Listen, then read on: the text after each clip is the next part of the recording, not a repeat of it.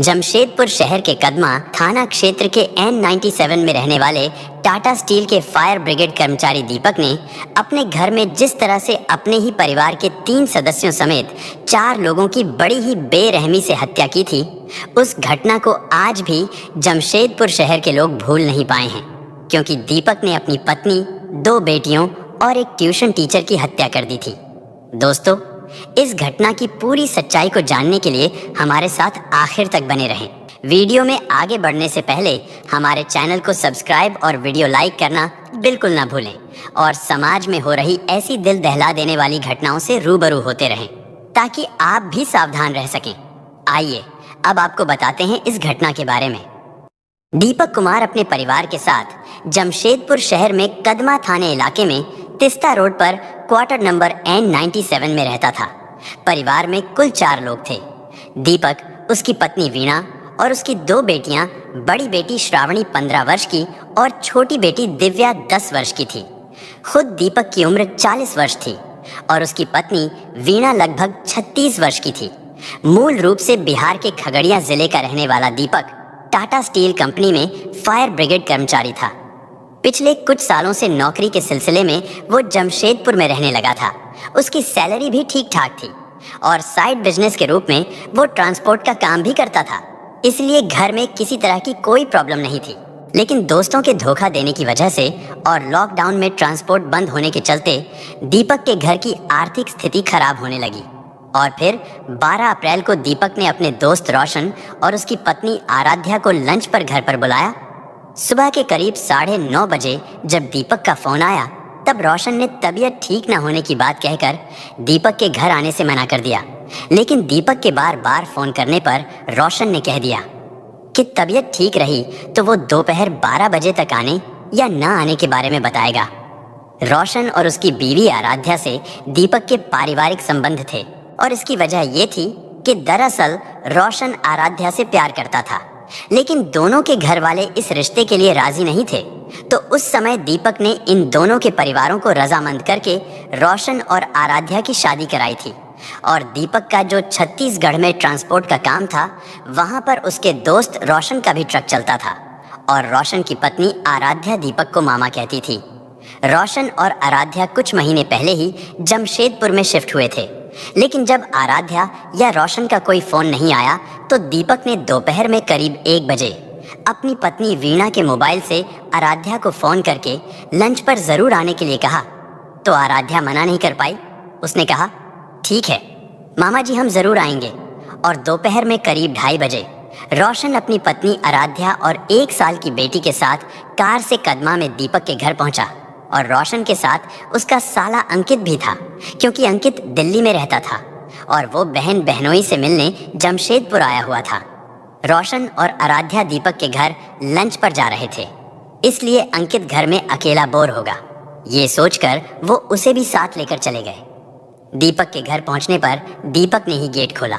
उसने रोशन और उसकी बीवी का गर्म जोशी से स्वागत किया, लेकिन उनके साथ तीसरे युवक को देखकर दीपक ने रोशन की तरफ सवालिया नजरों से देखा। रोशन ने कहा, यार ये मेरा साला अंकित है और ये दिल्ली से आया है। रोशन उसकी पत्नी और अंकित को ड्राइंग रूम में सोफे पर बैठने का इशारा करते हुए दीपक ने कहा, आप लोग बैठो, मैं फ्रिज से ठंडा पानी लेकर आता हूँ। लेकिन जब दीपक पानी लाने के लिए जाने लगा तो आराध्या ने कहा, मामा जी आप पानी लेने के लिए कहाँ जा रहे हो? आप वीणा मामी से कह दो। दीपक ने कहा कि मैं तुम्हें ये बताना भूल गया कि वीणा कुछ देर पहले ही मेरे भाई के घर रांची चली गई है और साथ में दोनों बच्चों को भी लेकर चली गई। फिर दीपक ने कुछ सोचते हुए कहा कि घर में अकेला मैं ही हूँ तो मुझे ही आप लोगों की सेवा करनी पड़ेगी। आराध्या ने नाराजगी भरे लहजे में कहा, मामा हमें शर्मिंदा मत कीजिए, आपने हमें बेकार में लंच पर बुलाया है। जब मामी घर पर नहीं है तो हम लंच के लिए फिर कभी आ जाते। दीपक ने आराध्या को भरोसा दिलाते हुए कहा, जब आपको लंच पर बुलाया है तो बाजार से खाना भी आ जाएगा। दीपक की इस बात पर आराध्या ने अपने पति रोशन की तरफ देखा। रोशन क्या कह सकता था? उसने फ्रिज से पानी लाने जा रहे दीपक को सोफे पर ही बैठा लिया और वो दोनों बातें करने लगे। बात करते हुए अभी 5-6 मिनट ही हुए थे कि आराध्या की बेटी ने बाथरूम कर दिया। आराध्या बेटी को गोद में लेकर बाथरूम में चली गई। बाथरूम में उसने बच्ची को साफ किया। उसके पीछे पीछे रोशन भी अपनी बीवी की मदद के लिए बाथरूम में आ गया। बाथरूम से वापस ड्राइंग रूम में आते समय उन्हें किसी के चिल्लाने की आवाज़ सुनाई दी। वो तेज़ी से चलकर ड्राइंग रूम में पहुंचे तो उन्होंने देखा दीपक हथौड़े से अंकित पर हमला कर रहा था, लेकिन रोशन कुछ समझ नहीं पाया कि अचानक ऐसी क्या बात हो गई जिसकी वजह से दीपक अंकित को मार रहा है। वो दीपक से पूछते हुए अंकित को बचाने की कोशिश करने लगा तो दीपक ने उसकी बच्ची को अपनी ओर खींचते हुए उसे मारने की कोशिश की। रोशन अपनी बच्ची को बचाने लगा तो दीपक ने उस पर भी हथौड़े से हमला कर दिया और रोशन को कई चोटें भी लगी, लेकिन किसी तरह से रोशन अपनी बेटी, पत्नी और साले को बचाकर वहां से भाग निकाला। रोशन के साले अंकित के सिर से खून बह रहा था। उसके सिर पर रूमाल बांधकर खून रोकने की कोशिश की गई। फिर वो कार से सीधे टाटा मेमोरियल हॉस्पिटल पहुंचे क्योंकि अंकित का इलाज जरूरी था। उसे हॉस्पिटल में भर्ती कराया गया। रोशन की हालत को देखते हुए डॉक्टरों ने उसे भर्ती कर लिया। उसके बाद रोशन ने दीपक के साले विनोद को फोन करके इस पूरी घटना की जानकारी दी। इस घटना के बारे में सुनते ही विनोद को दाल में कुछ काला नजर आने लगा। उसने ये बात अपने छोटे भाई आनंद साहू को बताई। दीपक की ससुराल जमशेदपुर के शास्त्री नगर में ही थी। शाम करीब 4 बजे विनोद और उसके घर वाले दीपक के क्वार्टर पर पहुंचे। वहां गेट पर ताला लगा हुआ था, लेकिन अंदर एसी चल रहा था।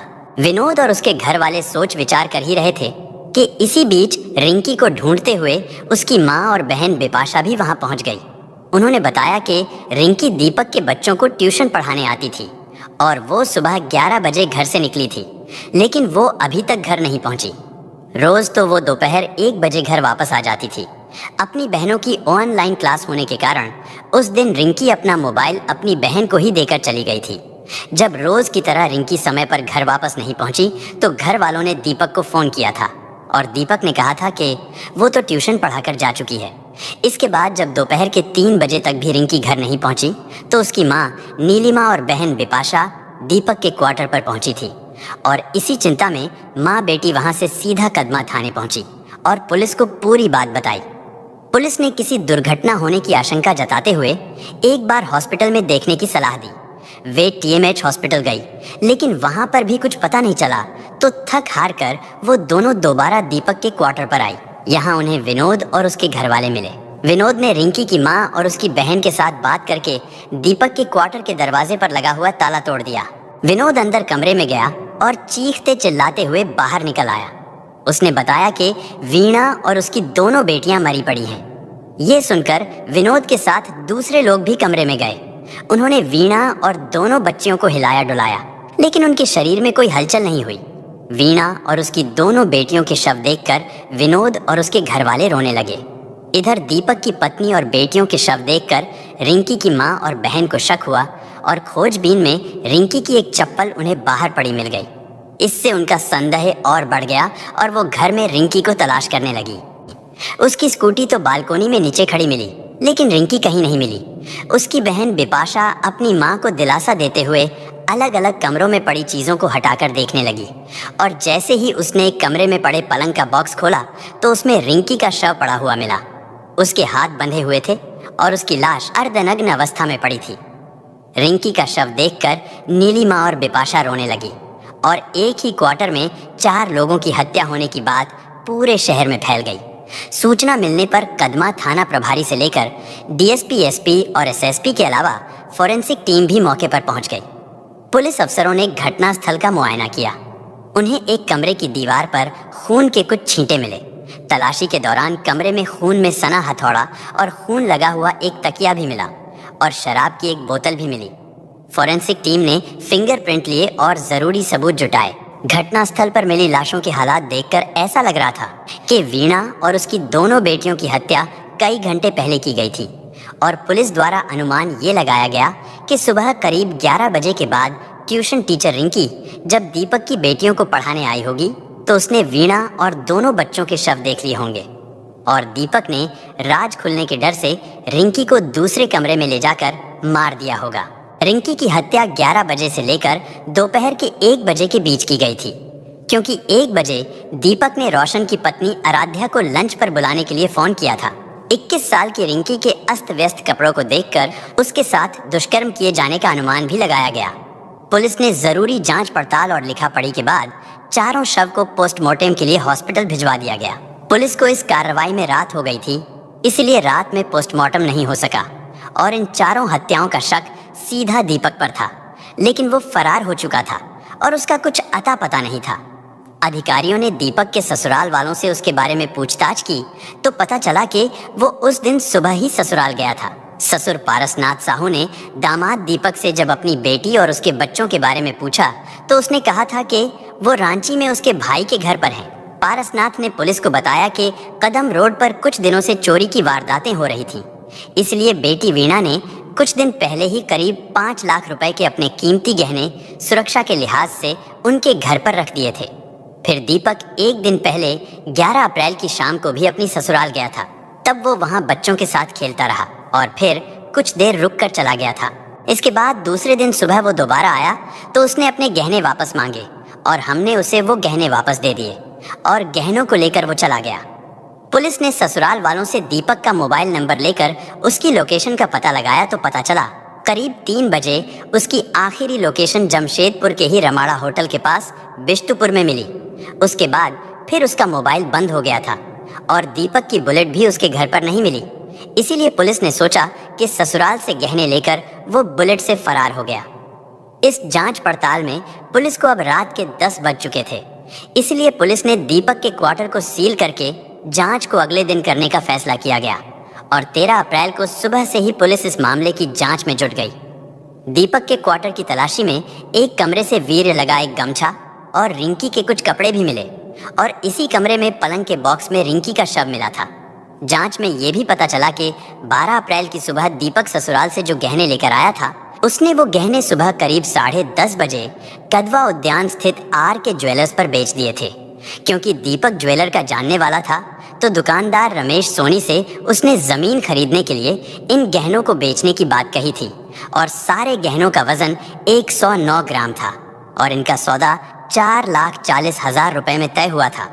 दुकानदार ने रुपए देने के लिए 2-3 घंटों का समय मांगा था। इससे पुलिस ने यह अनुमान लगाया कि इसके बाद दीपक अपने क्वार्टर पर आ गया होगा और कुछ देर बाद ट्यूशन टीचर रिंकी घोष वहां पहुंची होगी।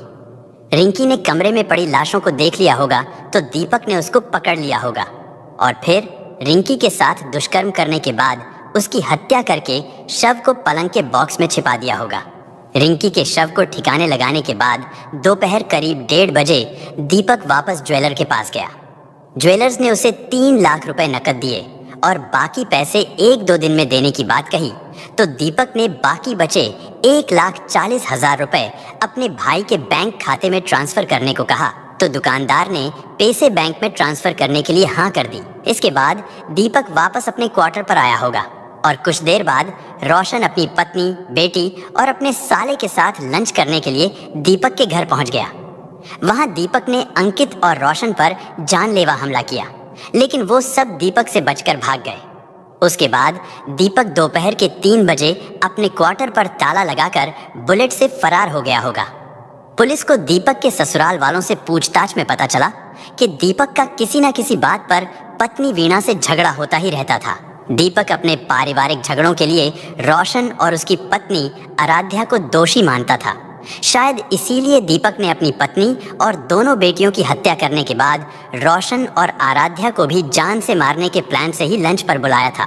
लेकिन रोशन के साथ लंच पर उसका साला अंकित भी पहुंच गया था और 2 व्यक्तियों के बीच दीपक का हमला अब कमजोर पड़ गया और इस तरह रोशन के परिवार की जान बच गई। और ससुराल वालों से ये भी पता चला कि दीपक अपने बड़े साले विनोद साहू को भी जान से मारने की फिराक में था। उसने जमीन के संबंध में कोई बात करने के लिए दोपहर में विनोद को फोन करके अपने घर पर बुलाया था, लेकिन विनोद काम में व्यस्त होने के कारण दीपक के घर नहीं जा सका क्योंकि विनोद ने कुछ साल पहले किसी लड़की से अफेयर के मामले में दीपक की पिटाई कर दी थी और तब से ही दीपक विनोद से रंजिश रखता था। दीपक के छोटे साले आनंद साहू के बयान के आधार पर कदमा थाने में दीपक के खिलाफ हत्या का मामला दर्ज कर लिया गया। उधर रोशन ने पहले ही दीपक के खिलाफ जानलेवा हमला करने की शिकायत थाने में दर्ज करा दी थी। कोल्हान के डीआईजी राजीव रंजन सिंह ने जमशेदपुर पहुंचकर घटनास्थल का मौका मुआयना किया और रोशन सहित दीपक के ससुराल वालों से भी पूछताछ की। दूसरी ओर पुलिस ने शवों के पोस्टमार्टम कराने के बाद मृतकों के शव परिजनों को सौंप दिए लेकिन इतनी बड़ी घटना के बाद और सूचना मिलने के बाद भी दीपक के परिवार में से कोई भी जमशेदपुर नहीं आया। वीणा और उसकी बेटियों के शवों का अंतिम संस्कार भी मायके वालों ने ही किया। पुलिस की जांच और पोस्टमार्टम रिपोर्ट से पता चला कि दीपक ने ही 12 अप्रैल की सुबह हथौड़े से वार करके अपनी पत्नी और दोनों बेटियों की हत्या की थी। उसने वीणा के सिर में 2 जगह और उसके चेहरे पर भी वार किए थे। फिर तकिए से उसका मुंह दबाया था और बड़ी बेटी श्रावणी के सिर में पीछे से चोट की गई थी और उसका भी गला दबाया गया था। दीपक सबसे ज्यादा प्यार अपनी छोटी बेटी दिव्या से करता था, लेकिन उसके सिर के पीछे भी तेज चोट मारी गई थी, जिससे उसके सिर की कई हड्डियां टूट गई थीं। पुलिस के लिए अब दीपक को तलाश करना जरूरी था। उसके दोस्तों और ससुराल वालों से उसके छिपने के ठिकानों के बारे में पूछताछ करके पुलिस ने कई अलग अलग टीमें बनाई। फिर जमशेदपुर और रांची के अलावा बिहार, छत्तीसगढ़ और पश्चिम बंगाल तक उसकी तलाश शुरू कर दी गई। कई जगह छापे मारे गए और साथ ही उसकी मोटरसाइकिल की तलाश भी शुरू कर दी गई। पुलिस ने दीपक के भाई और बहनों से भी बात की और उनके मोबाइल नंबरों की भी जांच की और 4-5 दिन की भाग दौड़ के बाद 16 अप्रैल को पुलिस ने दीपक को धनबाद के इलाके से अरेस्ट कर लिया। दीपक 12 अप्रैल की दोपहर को जमशेदपुर से बुलेट लेकर निकला था और राउरकेला पहुंचा था। बुलेट को उसने राउरकेला में ही छोड़ दी। फिर दीपक वहां से टैक्सी लेकर पुरी और रांची से होते हुए 15 अप्रैल को धनबाद पहुंचा और वहां वो एक होटल में रुका, क्योंकि दीपक अपने पास रखे हुए पैसों में से 1.5 लाख रुपए अपने भाई के खाते में जमा कराना चाहता था। इसलिए वो 16 अप्रैल को धनबाद के एक प्राइवेट बैंक में पैसे जमा कराने के लिए गया। बैंक में पैसे जमा होते ही दीपक के भाई के मोबाइल नंबर पर मैसेज आया। क्योंकि पुलिस ने दीपक और उसके भाई का मोबाइल नंबर पहले से ही सर्विलांस पर डाल रखा था, इसलिए दीपक के भाई के नंबर पर मैसेज आते ही पुलिस को दीपक का सुराग मिल गया और तुरंत ही जमशेदपुर पुलिस ने धनबाद पुलिस को सूचना दी। धनबाद की पुलिस आनन फानन में बैंक में पहुंची। ठीक उसी समय दीपक दोबारा बैंक में पहुंचा तो पुलिस ने उसे अरेस्ट कर लिया। फिर पुलिस 17 अप्रैल को धनबाद से दीपक को जमशेदपुर लेकर आई। जमशेदपुर में पुलिस ने दीपक से पूछताछ की तो दीपक ने पुलिस को इन चारों हत्याओं की जो कहानी सुनाई, उसे सुनकर पुलिस वाले भी हैरान रह गए। दीपक ने पुलिस को बताया कि पहले वो परसुरही थाना इलाके के गांव सोपेडेरा में अपने माता पिता के साथ रहता था। वहां पर उनका आलीशान मकान था। प्रभु उसका जिगरी दोस्त था और साल 2004 में दीपक की शादी वीणा से हो गई और 2012 में दीपक को टाटा स्टील में फायरमैन के पद पर नौकरी मिल गई। इसके बाद वो जमशेदपुर के कदमा इलाके में आकर रहने लगा। दीपक का परिवार बढ़ने के साथ साथ उसकी जिम्मेदारियां और खर्च भी बढ़ने लगा था। फिर एक दिन दीपक ने अपने दोस्त प्रभु से कोई साइड बिजनेस कराने की बात कही तो प्रभु ने उसे ट्रांसपोर्ट का काम करने की सलाह दी। प्रभु ने उसे काम तो बता दिया था, लेकिन दीपक के पास इतना पैसा नहीं था, तो इस पर प्रभु ने उसे सुझाव दिया कि वो सोपेडेरा का अपना पुश्तैनी मकान बेच दे और उसका पैसा ट्रांसपोर्ट में लगा दे तो उसकी अच्छी आमदनी होगी। और दीपक को ये बात अच्छी लगी। फिर उसने अपना पुश्तैनी मकान 40 लाख रुपए में बेच दिया और उनमें से 20 लाख रुपए उसने अपने भाई को दे दिए और बाकी के 20 लाख रुपए दीपक के पास ही रहे। और करीब 2 साल पहले उसके दोस्त प्रभु ने उसे 17 लाख रुपए में एक हाईवा और एक ब्लड दिलवा दी। फिर ये हाईवा उसने अपने दोस्त प्रभु के जरिए जो बेड़ा में चलवा दिया और इससे दीपक की अच्छी आमदनी होने लगी। लेकिन फिर 1 साल बाद कोरोना के कारण लॉकडाउन हो जाने से उसकी आमदनी कम हो गई और इस बीच दीपक को पता चला कि प्रभु ने जो ट्रक दिलवाया था उस पर 5 लाख रुपए रूट टैक्स बकाया है। परिवहन विभाग का नोटिस आने पर दीपक ने कर्ज लेकर टैक्स जमा कराया। इसके लिए उसने टिस्का कॉर्पोरेटिव सोसाइटी से 4.5 लाख रुपए और अपने पीएफ अकाउंट से 1.5 लाख रुपए का कर्ज लिया था। दीपक की तनख्वाह तो 34,000 रुपए महीना थी, लेकिन सोसाइटी से कर्ज लेने के बाद उसे केवल 8,000 रुपए ही मिलने लगे थे और ट्रक से भी उसकी आमदनी कम हो गई थी। फिर करीब 6 महीने पहले ही प्रभु ने दीपक को बताया कि उसका भांजा रोशन खुद का और उसका ट्रक पश्चिम बंगाल में खड़गपुर की एक स्टील कंपनी में चलवा रहा है। रोशन पहले से ही दीपक का दोस्त था और रोशन की शादी भी दीपक ने ही कराई थी। इसीलिए कमाई की उम्मीद में दीपक ने रोशन पे भरोसा करके बिना किसी लिखा पढ़ी के ही अपना ट्रक रोशन को सौंप दिया। रोशन ने दीपक का ट्रक तो कंपनी में लगवा दिया, लेकिन दीपक को कमाई का हिस्सा नहीं दिया और इसी के चलते दीपक लगातार कर्जदार होता चला गया। दीपक अपनी इस बर्बादी के लिए प्रभु और रोशन को जिम्मेदार मानता था और फिर दीपक ने उनसे बदला लेने के लिए कुछ इस तरह से प्लान बनाया कि उन दिनों दीपक अपने मोबाइल पर वेब सीरीज देखा करता था और वेब सीरीज को देखकर ही उसने हथौड़े से हत्या करने का प्लान बनाया। उसने अपने दोनों दोस्तों को मारने की योजना तो बना ली थी, लेकिन वो इस बात से परेशान था कि प्रभु और रोशन की हत्या करने के बाद अगर वो पकड़ा गया और जेल चला गया तो उसके बीवी बच्चों का क्या होगा। काफी सोच विचार के बाद उसने अपने परिवार को भी खत्म करने का निर्णय लिया और 12 अप्रैल को दीपक सुबह जल्दी ही उठ गया। उसने देखा कि उसकी पत्नी वीणा पानी भर रही थी। वो बिस्तर पर ही बेचैनी से इधर उधर करवटें बदलता रहा। उसकी पत्नी वीणा पानी भरने और छोटे मोटे घरेलू काम करने के बाद सुबह करीब 8 बजे फिर बेड पर लेट गई और दीपक ने उसी दिन अपने परिवार की और दोनों दोस्तों की हत्या करने का आखिरी फैसला कर लिया था। दीपक ने पहले से ही बेड के पास छिपाकर रखा हुआ हथौड़ा निकाला और वीणा के सिर में पीछे से वार कर दिया और इससे पहले कि वो चीख पाती दीपक ने तकिए से उसका गला दबा दिया और वीणा की मौत हो गई। इसके बाद दीपक दूसरे कमरे में गया।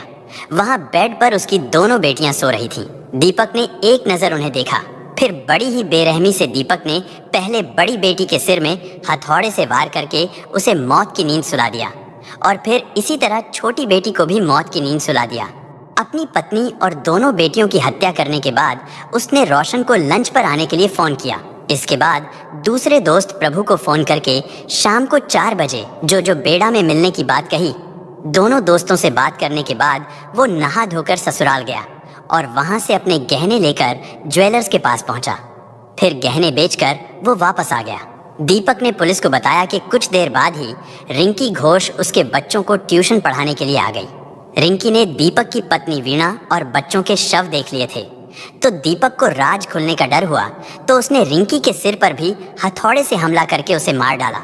इसके बाद उसने रिंकी के मृत शरीर के साथ दुष्कर्म किया और रिंकी के शव को पलंग के बॉक्स में छिपा दिया। लेकिन रोशन की हत्या का प्लान फेल हो जाने के बाद वो बहुत डर गया था, इसीलिए अपने क्वार्टर पर ताला लगाकर वो बुलेट से फरार हो गया और इस तरह से उसकी प्रभु को मारने की योजना भी अधूरी ही रह गई। जल्लाद बने दीपक की सनक में ट्यूशन टीचर रिंकी बेमौत मारी गई। वो जमशेदपुर में कदमा रामजन नगर की रहने वाली नीलिमा घोष की 3 बेटियों में सबसे बड़ी बेटी थी और जमशेदपुर वुमेन्स कॉलेज में बीए की लास्ट ईयर की स्टूडेंट थी। उससे छोटी बेटी बिपाशा केरला पब्लिक स्कूल में 10वीं और सबसे छोटी बेटी विशाखा 5वीं कक्षा में पढ़ती थी और दीपक की बड़ी बेटी श्रावणी रिंकी की बहन बिपाशा की क्लासमेट थी और श्रावणी के कहने पर ही रिंकी 2 साल से दीपक के बच्चों को ट्यूशन पढ़ाने जाती थी। और इस घटना से कुछ दिन पहले ही दीपक अपने परिवार के साथ पुरी में घूम कर आया था और 11 अप्रैल की रात को भी वो अपने परिवार के साथ एक पार्टी में गया था। यानी देखने से ऐसा बिल्कुल भी नहीं लगता था कि दीपक इतना बड़ा जल्लाद साबित होगा, लेकिन अचानक इंसान से हैवान बने दीपक ने अपना हंसता खेलता परिवार उजाड़ दिया और उसने रिंकी के परिवार की खुशियां भी छीन ली। पुलिस ने दीपक के इस पूरे बयान और घटना स्थल से मिले सारे सबूतों के आधार पर चार्जशीट तैयार करने के बाद दीपक को कोर्ट में पेश किया और फिर दीपक की इस दरिंदगी को देखते हुए कोर्ट ने उसे फांसी की सजा सुनाई। दोस्तों, इस घटना को सुनाने का उद्देश्य किसी का दिल दुखाना नहीं है, किसी को परेशान करना नहीं, बल्कि आपको जागरूक करना है, आपको सचेत करना है।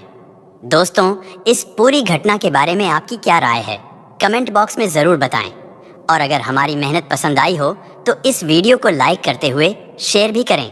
अगर आपने अब तक चैनल को सब्सक्राइब नहीं किया है तो हमारे चैनल को सब्सक्राइब कर लीजिए। धन्यवाद।